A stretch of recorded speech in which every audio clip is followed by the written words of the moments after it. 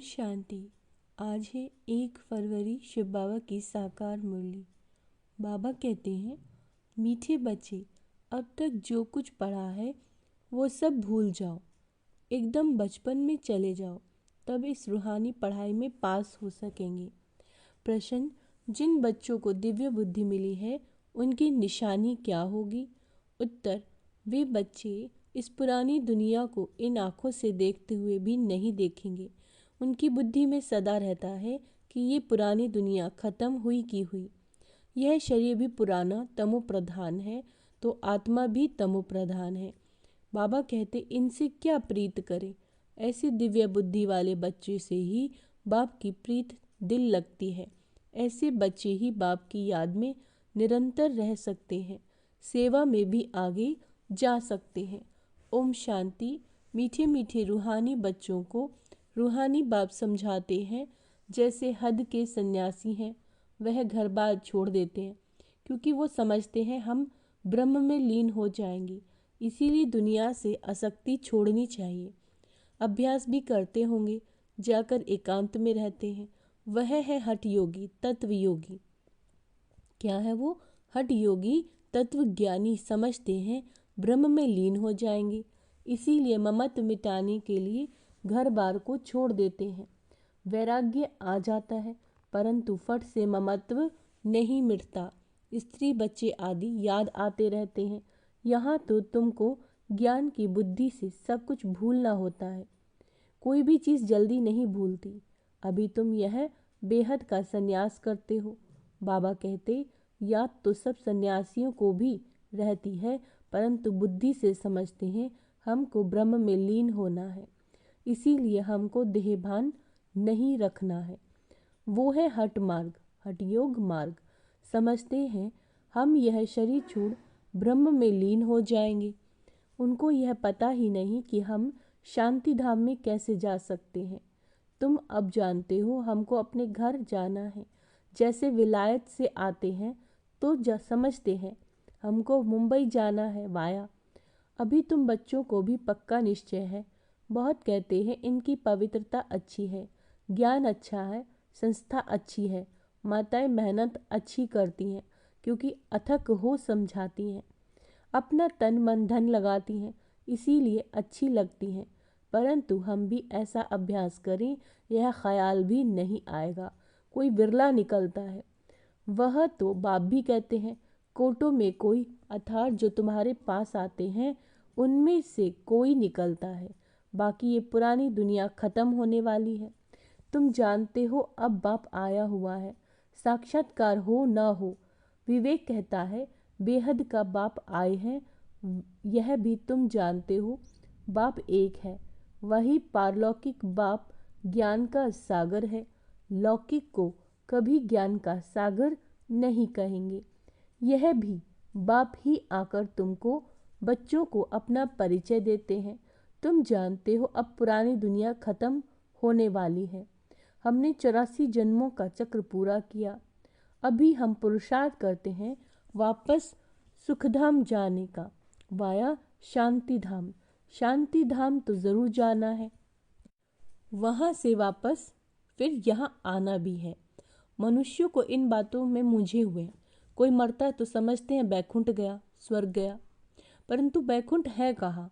यह बैकुंठ का नाम तो भारतवासी ही जानते हैं और धर्म वाले जानते ही नहीं, सिर्फ नाम सुना है। बाबा कहते हैं चित्र देखे हैं, देवताओं के मंदिर आदि बहुत देखे हैं। जैसे ये दिलवाड़ा मंदिर है, लाखों करोड़ रुपया खर्च करके बनाते ही रहते हैं। देवी देवताओं को वैष्णव कहेंगे, वे विष्णु की वंशावली हैं। वो तो है ही पवित्र। सतयुग को कहा जाता है पावन दुनिया, यह है पतित दुनिया। सतयुग के वैभव आदि यहाँ होते नहीं। यहाँ तो अनाज आदि सब तमो प्रधान बन जाते। बाबा कहते हैं स्वाद भी तमो प्रधान है। बच्चियाँ ध्यान में जाती हैं, कहती हैं हम शुभी रस पी कर आई हैं, बहुत स्वाद था। यहाँ भी तुम्हारे हाथ का खाते तो कहते हैं बहुत स्वाद है, क्योंकि तुम अच्छा रीति बनाती हो। सब दिल भर कर के खाते हैं, ऐसे नहीं तुम योग में रहकर बनाते हो तब स्वादिष्ट होता है। नहीं, यह भी प्रैक्टिस होती है। कोई बहुत अच्छा भोजन बनाते हैं, वहाँ तो हर एक चीज़ सतो प्रधान होती है, इसलिए बहुत ताकत रहती है। तमो प्रधान होने से ताकत कम हो जाती है, फिर उनसे बीमारियां, दुख आदि भी होता रहता है। बाबा कहते हैं नाम है दुखधाम, नाम ही है दुखधाम। सुखधाम में दुख की बात नहीं। हम इतने सुख में जाते हैं जिसको स्वर्ग का सुख कहा जाता है। सिर्फ तुमको पावन बनना है, सो भी इस जन्म के लिए। पीछे का ख्याल मत करो, अभी तो तुम पवित्र बनो, पहले तो विचार करो। कहता कौन है? बेहद के बाप का परिचय देना पड़े कि भगवान कह रहा है ना। बेहद के बाप से सुख का वर्षा मिलता है। लौकिक बाप भी पारलौकिक बाप को याद करते हैं तो बुद्धि ऊपर चली जाती है। तुम बच्चे जो निश्चय बुद्धि पक्के हो, उन्हों के अंदर रहेगा कि इस दुनिया में हम बाकी थोड़े दिन हैं। हम तो कौड़ी मिसल शरीर हैं, आत्मा भी कौड़ी मिसल बन पड़ी है। इसको वैराग्य कहा जाता है। अभी तुम बच्चे ड्रामा को जान चुके हो। भक्ति मार्ग का पाठ चलना ही है। सब भक्ति में है, नफरत की दरकार नहीं। सन्यासी खुद नफरत दिलाते हैं। घर में सब दुखी हो जाते हैं, वह खुद अपने को जाकर थोड़ा सुखी करते हैं। वापस मुक्ति में कोई जा नहीं सकते। जो भी कोई आए हैं, वापस कोई भी गया नहीं, सब यही हैं। एक भी निर्वाण धाम व ब्रह्म में नहीं गया है। वह समझते हैं फलाना ब्रह्म में लीन हो गया। ये सब भक्ति मार्ग के शास्त्रों में है। बाप कहते हैं इन शास्त्र आदि में जो कुछ है सब भक्ति मार्ग है। तुम बच्चों को अभी ज्ञान मिल रहा है, इसीलिए तुम्हें कुछ भी पढ़ने की दरकार नहीं है। परंतु कोई कोई ऐसे हैं जिनमें फिर नॉवेल्स आदि पढ़ने की आदत है। ज्ञान तो पूरा है नहीं, उन्हें कहा जाता है कुक्कुड़ ज्ञानी। क्या कहता है बाबा उन्हें? कुक्कुड़ ज्ञानी। रात को नॉवल पढ़कर नींद करते हैं तो उनकी गति क्या होगी? यहाँ तो बाप कहते हैं जो कुछ पढ़े हो सब भूल जाओ, इस रूहानी पढ़ाई में लग जाओ। यह तो भगवान पढ़ाते हैं जिससे तुम देवता बन जाएंगे 21 जन्म के लिए। बाकी जो कुछ पढ़े हो वो सब भूल ना पड़े। एकदम बचपन भी चले जाओ। अपनी को आत्मा समझो। भल इन आँखों से देखते हो, परंतु देखते भी नहीं देखो। तुम्हें दिव्य दृष्टि, दिव्य बुद्धि मिली है तो समझते हो ये सारी पुरानी दुनिया है, यह खत्म हो जानी है। ये सब कब्रिस्तानी है, उनसे क्या दिल लगाएं। अभी परिस्तान बनना है ना। पहले बाबा कहते हैं कब्रिस्तान होगी दुनिया, फिर परिस्तान बन जाएगी, यही दुनिया स्वर्ग बनेगी। तुम अब कब्रिस्तान और परिस्तान के बीच में बैठे हो। परिस्तान अभी बन रहा है, अभी बैठे हैं पुरानी दुनिया में, परंतु बीच में बुद्धि का योग वहाँ चला गया है। तुम पुरुषार्थ से नई दुनिया किस लिए कर रहे हैं पुरुषार्थ? नई दुनिया के लिए तो पुरुषार्थ कर रहे हैं। बाबा कहते हैं अभी बीच में बैठे हो पुरुषोत्तम बनने के लिए। इस पुरुषोत्तम संगम युग का भी किसी को पता नहीं। पुरुषोत्तम मास, पुरुषोत्तम वर्ष का भी अर्थ नहीं समझते। पुरुषोत्तम संगम युग को टाइम बहुत थोड़ा मिला हुआ है। देरी से यूनिवर्सिटी में आएंगे तो बहुत मेहनत करनी पड़ेगी। यह बहुत मुश्किल ठहरती है, माया विघ्न डालती रहती है। तो बाप समझाते हैं इस पुरानी दुनिया, ये जो पुरानी दुनिया है ये ख़त्म होने वाली है। बाप भल यहाँ बैठे हैं, देखते हैं, परंतु बुद्धि में है। क्या बुद्धि में है? कि ये सब तो ख़त्म होने वाला है, कुछ भी रहेगा नहीं। ये तो पुरानी दुनिया है, इससे वैराग्य हो जाता है। शरीरधारी भी सब पुराने हैं। शरीर पुराना तमो प्रधान है तो आत्मा भी तमो प्रधान है। ऐसी चीज़ को हम देखकर क्या करें? यह तो कुछ भी रहना नहीं है, इससे प्रीत नहीं। बच्चों में भी बाप की दिल उनसे लगती है जो बाप को अच्छी रीति याद करते हैं और सर्विस करते हैं। बाकी बच्चे तो सब हैं, कितने ढेर बच्चे हैं, सब तो कभी देखेंगे भी नहीं। प्रजापिता ब्रह्मा को तो जानते ही नहीं हैं। प्रजापिता ब्रह्मा का नाम तो सुना है, परंतु उनसे क्या मिलता है ये कुछ भी पता नहीं। ब्रह्मा का मंदिर है, दाढ़ी वाला दिखाया है, परंतु उनको कोई याद नहीं करता, क्योंकि उनसे वर्षा मिलना नहीं है। आत्माओं को वर्षा मिलता है एक लौकिक बाप से और दूसरा पारलौकिक बाप, पारलौकिक बाप यानी शिव पिता से। तो बाबा कहते हैं शिव परमात्मा प्रजापिता ब्रह्मा को तो कोई जानते ही नहीं। ये है वंडरफुल। बाप होकर वर्षा ना दे, बाप होकर वर्षा ना दे तो अलौकिक ठहराना। वर्षा होता ही है हद और बेहद का, बीच में वर्षा होता नहीं। भल प्रजापिता कहते हैं, परंतु वर्षा कुछ भी नहीं। इस अलौकिक बाप को भी वर्षा पारलौकिक से मिलता है, तो यह भी देंगे कैसे? पारलौकिक बाप इनके थ्रू देता है। ये रथ है, इनको क्या याद करना, इनको खुद भी उस बाप को याद करना पड़ता है। वह लोग समझते हैं यह ब्रह्मा को ही परमात्मा समझते हैं, परंतु हमको वर्षा इनसे नहीं मिलता। ब्रह्मा से वर्षा यानी प्रॉपर्टी नहीं मिलती। वर्षा किससे मिलता है? वर्षा हमें शिव बाबा से मिलता है। यह तो बीच में दलाल रूप है, यह भी हमारे जैसा स्टूडेंट है, इसमें डरने की कोई बात नहीं है। बाबा कहते हैं इस समय सारी दुनिया तमो प्रधान है, तुमको योग बल से सतो प्रधान बनना है।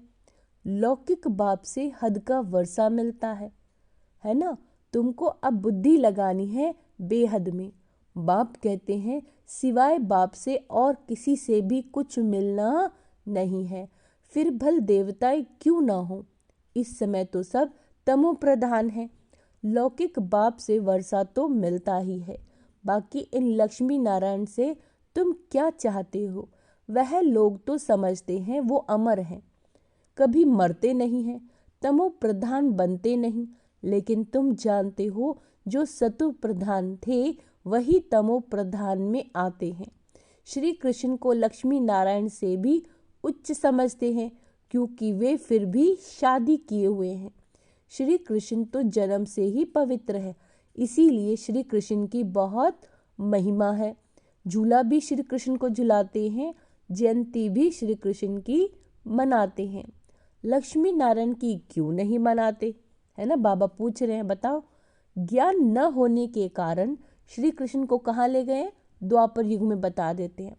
कहते हैं गीता ज्ञान द्वापर युग में कृष्ण ने दिया, कितना कठिन है किसी को समझाना। क्या कह रहे हैं बाबा? कितना कठिन है किसी को समझाना। कह देते हैं ज्ञान तो परंपरा से चला आ रहा है, परंतु परंपरा भी कब से है ये भी कोई नहीं जानता। पूजा कब से शुरू हुई ये भी नहीं जानते, और कह देते हैं रचता और सृष्टि के आदि मध्य अंत को नहीं जानते, है ना। किसने ये दुनिया बनाई हम नहीं जानते। कल्प की आयु लाखों वर्ष कहने से परंपरा कह देते हैं।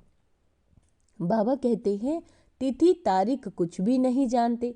लक्ष्मी नारायण का भी जन्मदिन नहीं मनाते। इसको कहा जाता है अज्ञान अंधियारा। तुम्हारे में भी कोई यथार्थ रीति इन बातों को जानते हैं, तभी तो कहा जाता है महारथी घोड़े सवार और प्यादे। गज को ग्रह ने खाया। ग्रह बड़े होते हैं, एकदम हप कर लेते हैं, जैसे सर्प मेंढक को हप कर लेता है। भगवान को बागवान माली खेवैया क्यों कहते हैं यह भी तुम अभी समझते हो। बाप आकर विषय सागर से पार ले जाते हैं, तब तो कहते हैं, क्या कहते हैं? नैया मेरी पार लगा दो। किसको कह रहे हैं? भगवान से कहते हैं। तुमको भी अभी पता पड़ा है कि हम कैसे उस पार जा रहे हैं। बाबा हमको क्षीर सागर में ले जाते हैं, वहाँ दुख दर्द की बात नहीं है।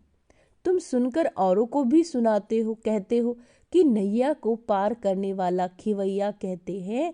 खिवैया यानी शिव परमात्मा हमसे कह रहे हैं, हे बच्चे तुम सब अपने को आत्मा समझो। अगर किसी से भी मिलो तो क्या कहना है कि इस दुनिया हमें पार ले जाने वाले शिव परमात्मा हमें समझा रहे हैं कि हे बच्चे तुम सब अपने को आत्मा समझो। तुम पहले क्षीर सागर में थे, अब विशेष सागर में आ पहुँचे हो। पहले तुम देवता थे, स्वर्ग है वंडर ऑफ वर्ल्ड। सारी दुनिया में रूहानी वंडर है स्वर्ग। नाम सुनकर ही खुशी होती है। हेवन में यानी स्वर्ग में तुम रहते हो, यहाँ 7 वंडर दिखाते हैं। ताजमहल को भी वंडर कहते हैं, परंतु उसमें रहने का थोड़ी ही है। तुम तो वंडर ऑफ वर्ल्ड का मालिक बनते हो। तो बाबा हमें क्या बनाने वाले हैं? स्वर्ग का मालिक बनाने वाले हैं। तुम्हारे रहने के लिए बाप ने कितना वंडरफुल बैकुंठ यानी स्वर्ग बनाया है। तो हम कहाँ जाएंगे? स्वर्ग में जाएंगे। 21 जन्मों के लिए पद्मापति बनते हो, तो तुम बच्चों को कितनी खुशी होनी चाहिए। हम उस पार जा रहे हैं। अनेक बार तुम बच्चे स्वर्ग में गए हो, यह चक्र तुम लगाते ही रहते हो। पुरुषार्थ ऐसा करना चाहिए जो नई दुनिया में हम पहले पहले आए। पुराने मकान में जाने की दिल थोड़ी ही होती है। बाबा जोर देते हैं, पुरुषार्थ कर नई दुनिया में जाओ। बाबा हमें वंडर ऑफ वर्ल्ड का मालिक बनाते हैं, तो ऐसे बाबा को हम क्यों नहीं याद करेंगे? बहुत मेहनत करनी पड़ती है। इसको देखते भी नहीं देखो। बाबा कहते भले मैं देखता हूँ, परंतु मेरे में ज्ञान है, मैं थोड़े रोज का मुसाफिर हूँ। वैसे तुम भी यहाँ पाठ बजाने आए हो। क्या कहा है बाबा ने? अंडरलाइन करेंगे। बाबा कह रहे हैं तुम सब यहाँ पाठ बजाने आए हो, इसीलिए इससे ममत्व निकाल दो। अच्छा, मीठे मीठे सिकिलदे बच्चों प्रति माता पिता बाप दादा का याद प्यार और गुड मॉर्निंग। रूहानी बाप की रूहानी बच्चों को नमस्ते। हम रूहानी बच्चों की रूहानी बाप दादा को याद प्यार गुड मॉर्निंग, नमस्ते मीठे बाबा। शुक्रिया बाबा, शुक्रिया। धारणा के लिए मुख्य सार। रूहानी पढ़ाई में सदा बिजी रहना है। कभी भी नॉवेल्स आदि पढ़ने की गंदी आदत नहीं डालनी है। अब तक जो कुछ पढ़ा उसे भूल बाप को याद करना है। इस पुरानी दुनिया में स्वयं को मेहमान समझकर रहना है। इससे प्रीत नहीं रखनी, देखते भी नहीं देखना है। वरदान, हिम्मत और उमंग उत्साह के पंखों से। हिम्मत और उमंग उत्साह के पंखों से उड़ती कला में उड़ने वाले तीव्र पुरुषार्थी भव। उड़ती कला के 2 पंख हैं, हिम्मत और उमंग उत्साह। किसी भी कार्य में सफलता प्राप्त करने के लिए हिम्मत और उमंग उत्साह बहुत ज़रूरी है। जहाँ उमंग उत्साह नहीं होता वहाँ थकावट होती है, और थका हुआ कभी सफल नहीं होता। वर्तमान समय के अनुसार उड़ती कला के सिवाय मंजिल पर पहुँच नहीं सकते, क्योंकि पुरुषार्थ 1 जन्म का है और प्राप्ति 21 जन्म के लिए नहीं बल्कि सारे कल्प की है। तो जब समय की पहचान स्मृति में रहती है तो पुरुषार्थ स्वतः तीव्र गति का हो जाता है।